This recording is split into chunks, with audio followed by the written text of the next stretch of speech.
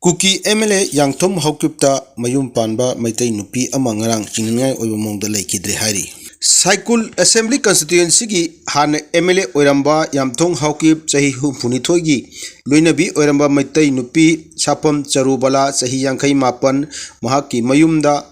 Sakang the Basing Langsilamba Oiramba Yai Haiba Bomb Ama Pokhaibada Tamtina Soktuna Leikhidre Hari. Dog Adungarang Kangpokpi District Ki Manung Sanba Cycle Police Station gi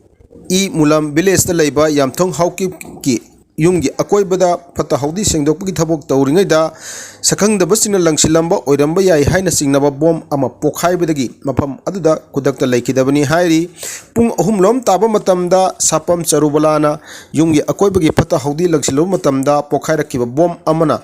Mahaki Haksangi Mapam Kaya Sok Pagalonana Ka hen Tokwadagi Mapam Adu Leikhidabani Hairi Togdok Aduga Mari Lenana Charubala gi mapuroibu oiriba Yamthong Haukipna ngasi Cycle Police Station da aiba cherol ama piduna thokriba thodok adugi matangda sport inquiry sathabagalona mara laiba miyosing sabsab action lokhat pinaba cherol ama pisinkre hairi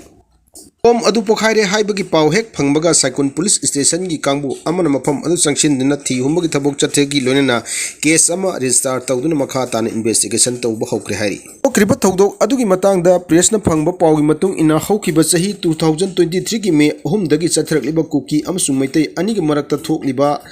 lal asina maram oiraga Kuki MLA Yamthong Haukipta Mayum Pankibi Sapam Charubala Asi Kutsin Taurang Toraga Hatpo Oiramba Yai Haina Imung Manung Dagi Pangba Pau Aman Hairi